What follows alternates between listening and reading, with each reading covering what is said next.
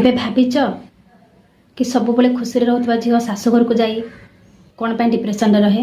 କ'ଣ ସେ ପ୍ରଥମରୁ ଦୁର୍ବଳ ଥିଲା? ନା, ଯେବେ ଗୋଟେ ଝିଅ ବୋହୂ ହେଇକି ଶାଶୁଘରକୁ ଯାଇନା ଆଜ୍ଞା, ଏ ସାଧା କାଗଜ ପରି ସେ ଥାଏ। ସଫା, ଶାନ୍ତ ଆଉ ଖୁସିଆଳି।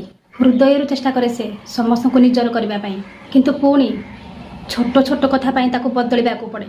ସବୁଦିନର ଠିକଣା, ସବୁ କଥାରେ ଦୋଷ ଖୋଜିବା ଆଉ ଅନ୍ୟମାନଙ୍କ ସହିତ ତୁଳନା କରିବା ଆଉ ତା ଭାବନାକୁ ବୁଝିବା ବଦଳରେ ତାକୁ ଭୁଲ ପ୍ରମାଣିତ କରିବା। ତଥାପି ସେ ଚୁପ୍ ରହି ସବୁ ସହେ, କାରଣ ସେ ଚାହେଁନି ତା ଘର ଭାଙ୍ଗୁ, ସେ ଚାହେଁନି ତା ସମ୍ପର୍କ ଖରାପ ହେଉ।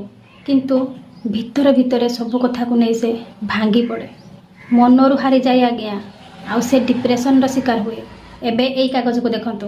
ପୁଣି ଗୋଟେ ଦିନ ସେହି ଲୋକମାନେ କୁହନ୍ତି ଆଉ ସେ ଆଗ ପରି ନାହିଁ, ସେ ଆଉ ଆଗ ପରି ଖୁସିଆଳି ନୁହେଁ, ସେ ଆଉ କାହାକୁ ନିଜର ବୋଲି ଭାବୁନି, ସେ ଚିଡ଼ି ଚିଡ଼ି ହେଇଯାଇଛି, ହିଂସ୍ର ଭଳି ବ୍ୟବହାର କରୁଛି।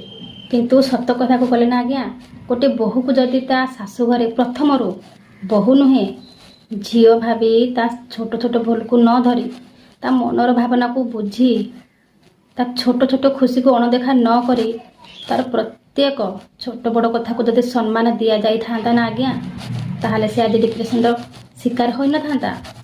କାରଣ ସବୁ ଡିପ୍ରେସନ ମସ୍ତିଷ୍କର ରୋଗ ନୁହେଁ। ବାହାଘର ପରେ ଶାଶୁଘରେ ମାଗଣାରେ ମିଳିଥିବା ଟର୍ଚର ପରିଣାମ ଡିପ୍ରେସନ ହୋଇଥାଏ ଆଜ୍ଞା। ଆଉ ସବୁଠୁ ବେଶୀ ସେଇ ମଣିଷ ଭିତରୁ ଭାଙ୍ଗେ ଯିଏ ସମ୍ପର୍କକୁ ହୃଦୟରୁ ପାଳେ।